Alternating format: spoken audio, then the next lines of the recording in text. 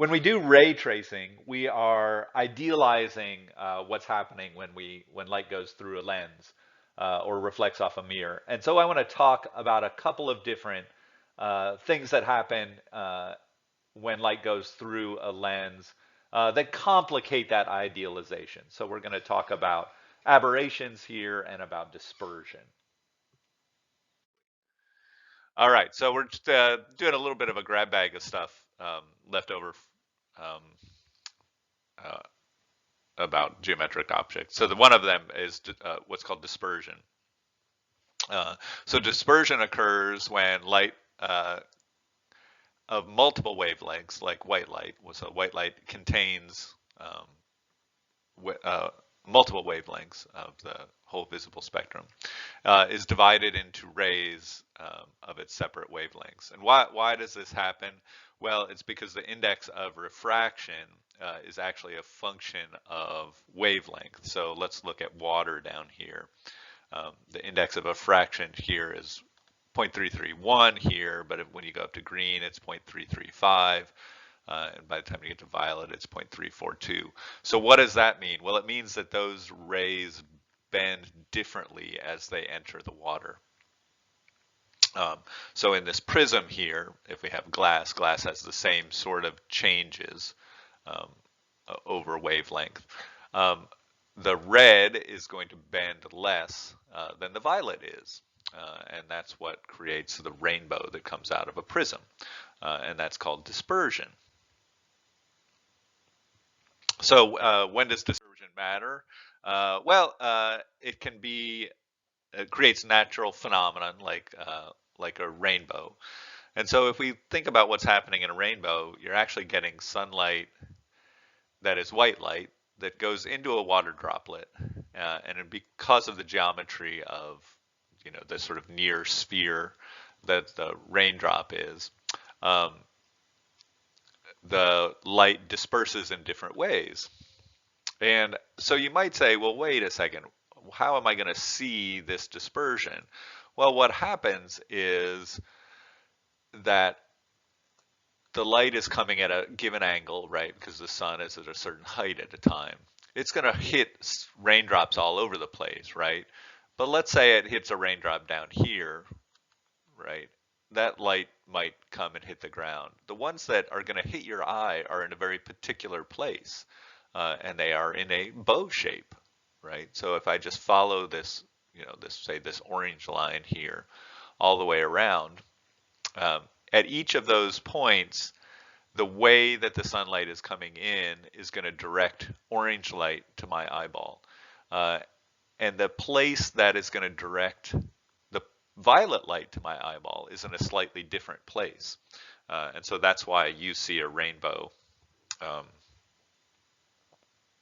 when you in a single place when you look at one. When you see a double rainbow, you're actually seeing multiple reflections and refractions here. So the light part of this light is going to go through here, right? But part of it is going to bounce again and refract in a different place. And that's why you get a double or even sometimes a triple rainbow. It's because some of the light here, like this light, for instance, is hitting here, which is shown reflecting, but some of that light's going to go through, right? But we don't see that light because our eyeball is over here. So we only get the stuff that bounces once and then refracts back through, but then it may bounce a second time and a third time and so forth.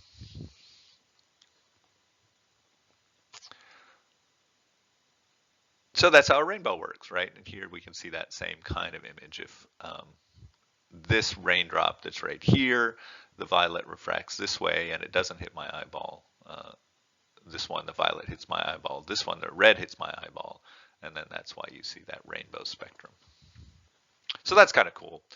Dispersion also creates problems with lenses, right? Because any lens is going to have this effect. And so that's called an aberration. An aberration is when a lens or microscope does not behave as an ideal thin lens. So all we've been talking about, we've been sort of idealizing thin lenses. In the real world, we have aberrations or distortions. One of those is the result of refraction as a function of wavelength. So that's the second one here. So if we watch light come through this lens, it's going to refract differently depending on the light. And that means I'm going to have actually a focal length for red and a focal length for violet. So any place that I choose to try to project this image, it's going to be a little bit blurry because the different colors are going to different places. We can fix that, right? If we decide to put a second lens there, we can change the way that it's refracting through the back of this lens and correct that. But of course, that's going to be, expensive. That means having a second lens there and adding the time and expense that it takes to do that. So not an unfixable problem, but something that can create extra difficulties. The other kind of common aberration is if light comes. We talk a lot about light coming in parallel to a lens, right? But that doesn't happen a lot of times. A lot of times light is coming from the side, and this can create a problem of the rays not meeting.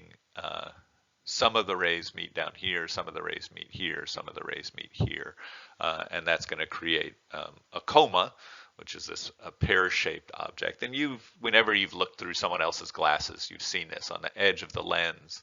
The images look really weird and distorted, and that's caused by this particular kind of aberration.